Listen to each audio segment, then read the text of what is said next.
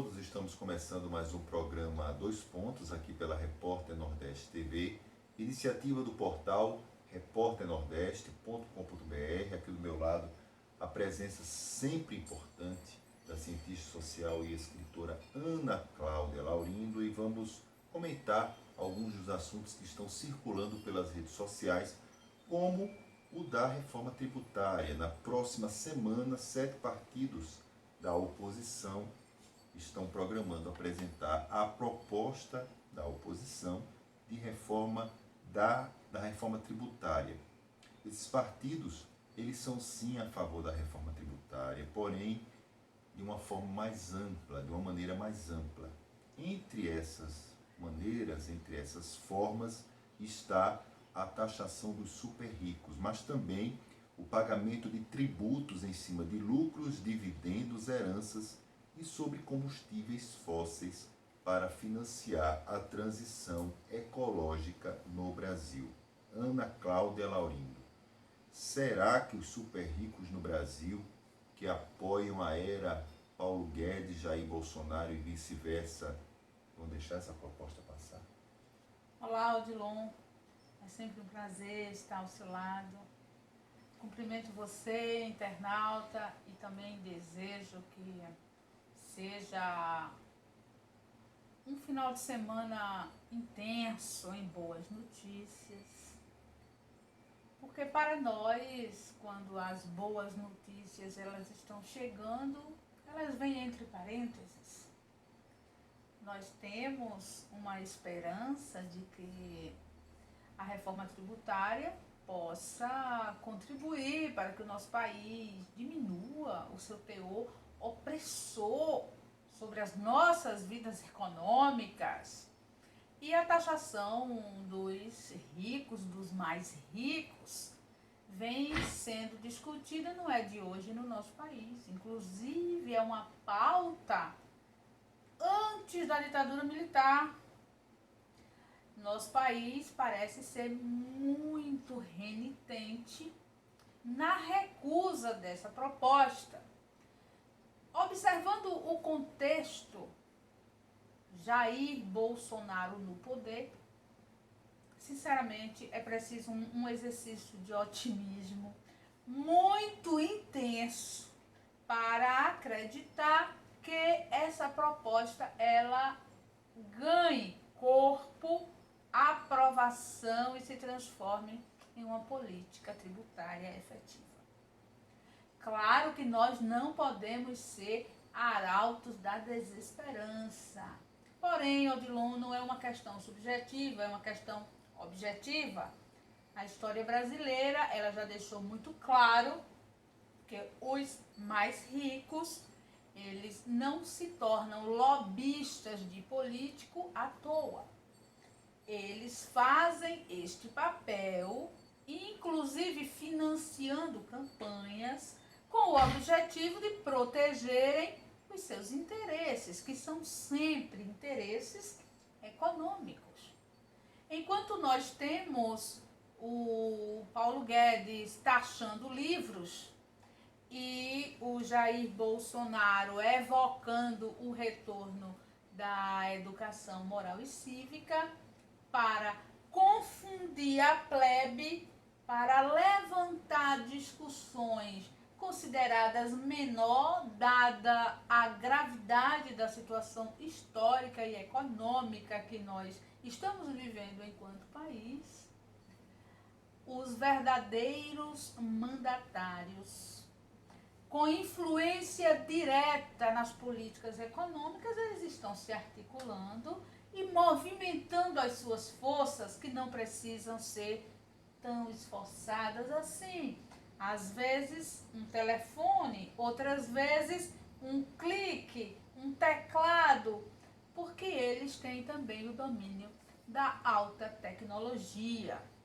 Nesse bojo, nós vamos figurar como torcedores de uma vitória brasileira, que seria, no caso, a taxação das grandes fortunas, mas enquanto experimentados pelas circunstâncias políticas conhecedores do modus operandi de Jair Bolsonaro e todos os que o cercam, muito difícil é manter o otimismo com relação a esta política. Seria desejável, Odilon, ter um discurso mais otimista, mas não é também do caráter das nossas análises fantasiar. Nós fazemos projeções, às vezes nós apostamos nas probabilidades, mas neste caso específico, nós damos um passo em recuo e ficamos observando e fazendo a boa torcida, sem muita fé. Bom, a proposta de taxação das grandes fortunas, ela leva em conta uma característica da Constituição, e essa é um dos pilares, Ana Cláudia, para que a oposição ao governo Jair Bolsonaro defenda essa proposta alternativa em relação à reforma tributária, que é uma Constituição justa, cidadã e solidária. Hoje, a característica principal dos tributos no Brasil é o que a gente já sabe. Você, por exemplo, compra um determinado produto e, se o produto for comprado pela classe mais pobre, ela paga o valor do imposto, e pela classe mais rica, ela paga o mesmo valor do imposto. O que não é justo, porque quando você coloca todo mundo no mesmo patamar, todas as pessoas no mesmo patamar, o arroz que o mais pobre paga para comer, ele acaba saindo mais caro que o arroz que o mais rico paga para poder comer da mesma forma. E isso acontece em todos os produtos, uma caneta, um lápis, uma borracha, uma lâmpada, um computador, etc, etc. Você tem uma carga tributária extremamente alta. Sobre a questão da taxação das grandes fortunas, esse debate é antigo no Brasil mesmo.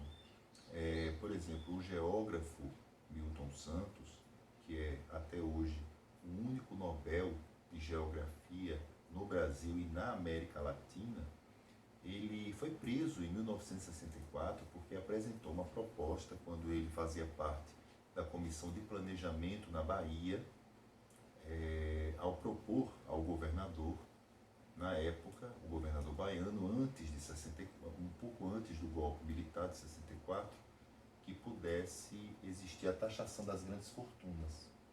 Em 64, os militares, logo que deram o golpe, do dia 31 de março, colocaram Milton Santos na prisão, acusado exatamente por apresentar essa proposta de taxação das grandes fortunas.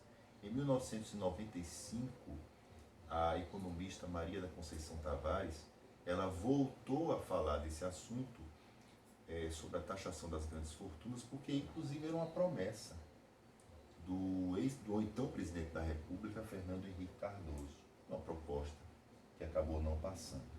Então, vira e mexe, essa proposta de taxação das grandes fortunas, ela volta. Que bom que a oposição apresentou essa proposta, porque o que é que significa? Que, aos poucos, a história ela vai obrigando o Brasil a ter essa posição diante da taxação dos super ricos.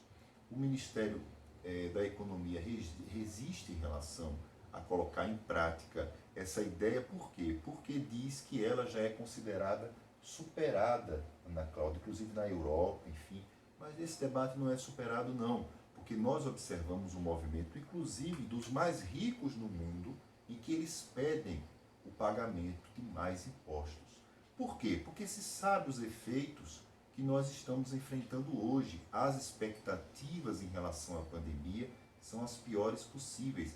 Nós teremos uma legião de famintos no mundo que provavelmente pode atingir, depois da pandemia, Ana Cláudia, 100 milhões de pessoas. É muita gente, é muita gente. Então, é como se fosse o quê? A população é mais ou menos o quê? 10% da população da China. Então, nós teremos uma legião de pessoas famintas, e existe sim dinheiro para que possa poder se discutir, se rediscutir essa questão tributária, que já existe no mundo esse debate, e o Brasil ele poderia sim levar adiante se nós tivéssemos algum tipo de seriedade nesse ponto. Mas há uma resistência enorme. A tendência da atual reforma tributária do governo federal é continuar a realizar aquele mesmo modelo. Você vai taxar mais, o mais pobre, a classe média, e o mais rico vai ficar posando de isentão nessa história. Então, a gente vai observar quais são os movimentos nos próximos dias, e que bom que a oposição vai apresentar essa proposta para que nós possamos ter alguma ideia do que poderia ser feito em relação à questão dos tributos do nosso país. Bem, Bolsonaro visitou o Nordeste 3 vezes este mês de agosto. Nas 3 vezes ele fez inaugurações sem a presença dos governadores. E Ana Cláudia Laurindo, até quando os governadores eles vão aguentar a pressão para os governadores do Nordeste? Até quando os governadores vão enfrentar a pressão para não seguir encontrando com o presidente da República? Odilon, o Nordeste, ele dá demonstrações de planejamento autônomo na sequência das suas políticas, sem fazer um rompimento com o governo federal, mas também sem demonstrar aceno para as suas políticas. Provavelmente isto é uma reação dada à ação do próprio governo federal no tratamento para com o Nordeste.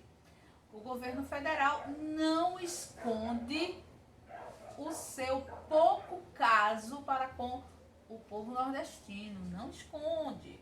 Agora que ele está investindo em uma imagem paz e amor, tenta de algum modo camuflar, mas o passado está gravado em vídeos. Já houve o tempo em que o vento levava a palavra. Hoje ela fica guardada e ela pode ser acessada. Então as declarações do próprio Bolsonaro com relação aos governadores do Nordeste, elas também são acessadas. Os próprios governadores do Nordeste ganharam força política a partir destes posicionamentos de Bolsonaro, ou seja, para os governadores, o capital político se torna muito mais interessante no distanciamento de Bolsonaro hoje do que mesmo na proximidade. O Brasil olha hoje para o Nordeste com muito mais expectativa positiva do que olha para o Sul e o Sudeste. E isso se deve ao próprio Bolsonaro. E isto se deve à reação dos governadores. Deste modo, o Nordeste se capitaliza, inclusive, para poder participar em 2022 com o nome de um político nordestino para a presidência da República.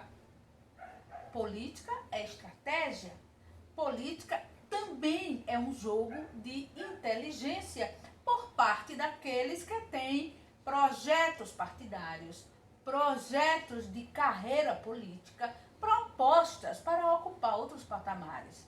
Seria, na verdade, bastante ingênuo da parte dos governadores do Nordeste hoje se aproximarem de Bolsonaro, porque Bolsonaro não capitaliza politicamente, não capitaliza eleitoralmente. Mesmo que existam abordagens sobre Bolsonaro estar sendo mais aceito por causa desses programas de cessação de fome que ele está implementando, nós sabemos que o nicho eleitoral ele não vai ser abalado em suas bases por conta disso. Muitas águas vão rolar por baixo dessa ponte até 2022. Os governadores do Nordeste estão bastante assessorados no sentido de preservarem o capital eleitoral que já adquiriram. Da nossa parte, nós consideramos que eles estão jogando acertadamente. Olha, o Jair Bolsonaro, ele pressiona, é claro, com a presença dele no Nordeste, em estados nordestinos, para poder fazer com que os governadores possam ir atrás do gestor federal, no caso do presidente da República. É uma relação interessante essa, porque ela reflete, Ana Cláudia, muito do que a nossa história mostra. A ideia do centralismo federativo, em que todos os governadores ou presidentes de província, eles procuravam o presidente da República, com o pires na mão, em busca de ajuda, em busca de alternativas, em busca, enfim, de uma esmolinha, pelo amor de Deus, para poder sobreviver nos estados. A gente percebe no Nordeste, eu pelo menos percebo, nós percebemos que essa relação ela vem se tornando aos poucos diferenciadas até pelo acúmulo de situações que Jair Bolsonaro causou para a região. Destaque-se, por exemplo, durante essa pandemia, o papel importantíssimo do consórcio Nordeste, que conseguiu se consolidar como uma alternativa de integração na região, não só através das compras mais baratas, como no começo ele foi colocado, quando ele começou a funcionar, quando ele começou a ser operado, dizia-se que as compras seriam mais baratas, porque as licitações seriam feitas de uma maneira diferenciada, mas também, principalmente, pela posição de pesquisadores da saúde no Nordeste e outras partes do país que atuaram como colaboradores e até hoje atuam como colaboradores para poder se posicionar diante da pandemia, como a região, como os governadores e prefeitos, eles se posicionariam frente à pandemia. O posicionamento do consórcio Nordeste não foi respeitado pela maioria dos governadores. Lockdown, algumas atitudes de isolamento, enfim, há políticas mais do dia a dia para que se pudesse combater melhor a pandemia. O que se investiu basicamente foi na construção de mais leitos nos hospitais, inclusive mais leitos de UTI, com mais respiradores, enfim, para poder robustecer o sistema de saúde. Porém, está valendo sim o papel importante do consórcio Nordeste. Também a posição do governo Bolsonaro com Bolsa Família. No início desse ano, como nós lembramos, o governo Bolsonaro cortou uma parte significativa de recursos do Bolsa Família e agora ele conseguiu, não está cortando mais por causa de uma liminar do Supremo Tribunal Federal, uma decisão, aliás, do Supremo Tribunal Federal, dizendo que dinheiro do Bolsa Família não se corta. E realmente, gente, vamos e convenhamos, é uma perversidade. Você tirar dinheiro do Bolsa Família no meio de uma pandemia. O Bolsa Família atende miseráveis. Isso não é um termo pejorativo. Isso é o que diz, é o que é a proposta do programa. Atende pessoas miseráveis em situação de vulnerabilidade social extrema. Essas pessoas precisam de dinheiro, as precisam de 70, 80 reais para elas é uma fortuna, exatamente para poder subsidiar o mínimo do mínimo.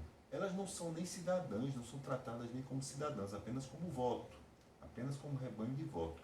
Então o Bolsa Família dá o mínimo do mínimo de dignidade para que essa pessoa possa se movimentar no dia a dia em relação aos custos que a vida possui. Também existe a questão do Centrão, os deputados do Centrão, enfim, a bancada do Centrão, boa parte dessa bancada se concentra no Nordeste, lembrando que o líder do Centrão, Arthur Lira, é do Nordeste, é de Alagoas, e eles precisam se mostrar que estão bem quistos, bem afeiçoados com o presidente da República para poder atrair os eleitores e dizer assim, olha, eu voto no deputado ou no integrante do Centrão porque ele tem um prestígio, ele tem a condição de atrair o recurso federal que a região precisa. Às vezes é um recurso federal tolo para a construção de uma praça, enfim, que não é nem significativo.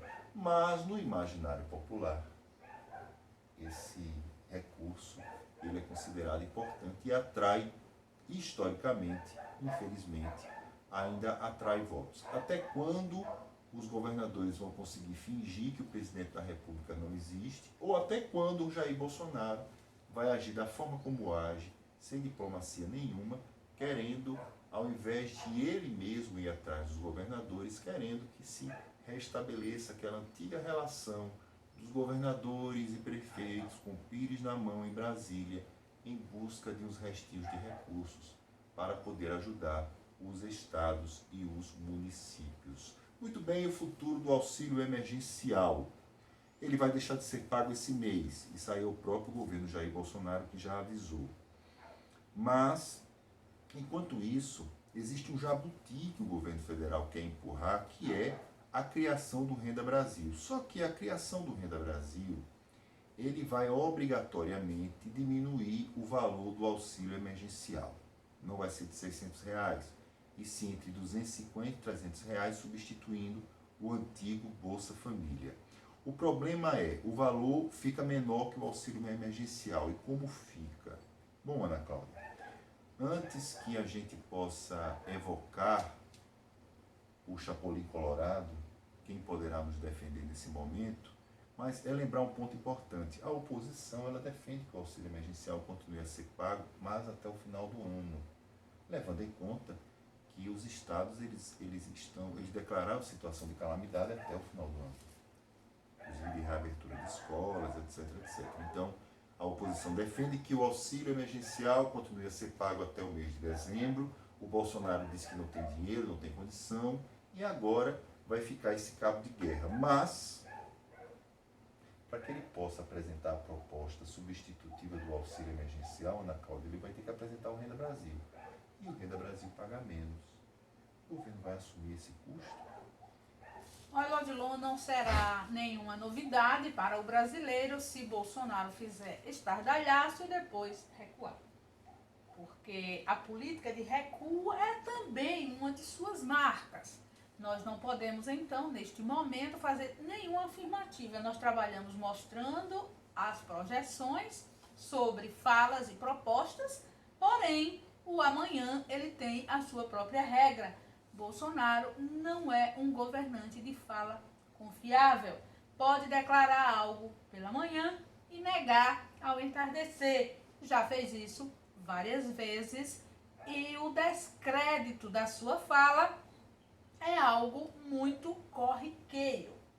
Porém, analisando de maneira mais fria, o que espera o brasileiro que precisa de auxílio emergencial, de renda suplementar, de qualquer modo de transferência de renda do governo para a sua casa, o seu fogão, a sua mesa, a situação deste brasileiro, ela não é animadora. Mesmo que a proposta da oposição vingue e o auxílio seja estendido até dezembro, nós torcemos para que assim, ou seja, na esperança de que 2021 possa trazer alguma perspectiva de melhora com relação à pandemia. Embora, abrindo aquele parêntese, nós saibamos que o brasileiro ele não está colaborando para o final da pandemia, porque está ouvindo o canto da sereia da normalidade econômica, está aglomerando, as escolas estão voltando, as crianças são transmissoras, a juventude é transmissora, o vírus segue seu caminho. No Brasil sobe e não desce, continua em cima, mantém-se em cima. Então, a perspectiva com relação à pandemia, ela está comprometida por conta destas variáveis que estão aí cortando a realidade do Brasil. Neste caso, 2021 é uma perspectiva longínqua de solução. Porém, tudo pode piorar. E pode piorar a partir do mês que vem. Pode piorar quando a renda cair de 600 para 250 ou 300 reais, como é projetado para o Renda Brasil até este momento. Claro que também pode mudar, porém, na perspectiva de Guedes, Paulo Guedes e Bolsonaro, para eles, qualquer renda que é destinada às classes mais vulneráveis, à população miserável, é desperdício de dinheiro. Eles tratam o dinheiro público do Brasil destinado a auxílio emergencial ao brasileiro empobrecido como desperdício, dinheiro que não deve ser investido, e quando o fazem, é no limite da obrigatoriedade. Deste modo, para este brasileiro que precisa, que conta, que só tem este recurso, talvez, Odilon, o futuro seja mais incerto do que nós conseguimos projetar com as nossas vãs filosofias, levadas inclusive pelos arrobos midiáticos dessa nossa vida de redes sociais, que transforma o Brasil em país de várias faces. A vida real que está oculta no chão das casas, da realidade, no chão da rua, onde as pessoas já dormem, onde as pessoas já habitam, ela não passa pelas redes sociais, onde a política está sendo definida nesta hora em muitos dos seus aspectos. Portanto, o espetáculo continua: pão, circo e tragédia. O governo federal diz que até agora pagou 250 bilhões de reais pelo auxílio emergencial, somando o que já foi pago até hoje, mas, se vocês observarem bem, em outros países eles investem em auxílios emergenciais próprios, exatamente para poder evitar um tombo nos seus PIBs. A gente vê a previsão nos Estados Unidos de uma queda estrondosa do PIB, e todo dia essas previsões são reconfiguradas, mas isso seria muito pior, ou talvez no Brasil também fosse muito pior, se esse auxílio emergencial fosse R$ 200, proposta, aliás, como queria o presidente Jair Bolsonaro. Lembrando que nos meios de comunicação dessa semana, o governo Bolsonaro já falou que o auxílio emergencial será estendido até dezembro, mas existe uma armadilha retórica nessa história. O auxílio será estendido até dezembro, mas não com o valor que é pago hoje, de R$ 600.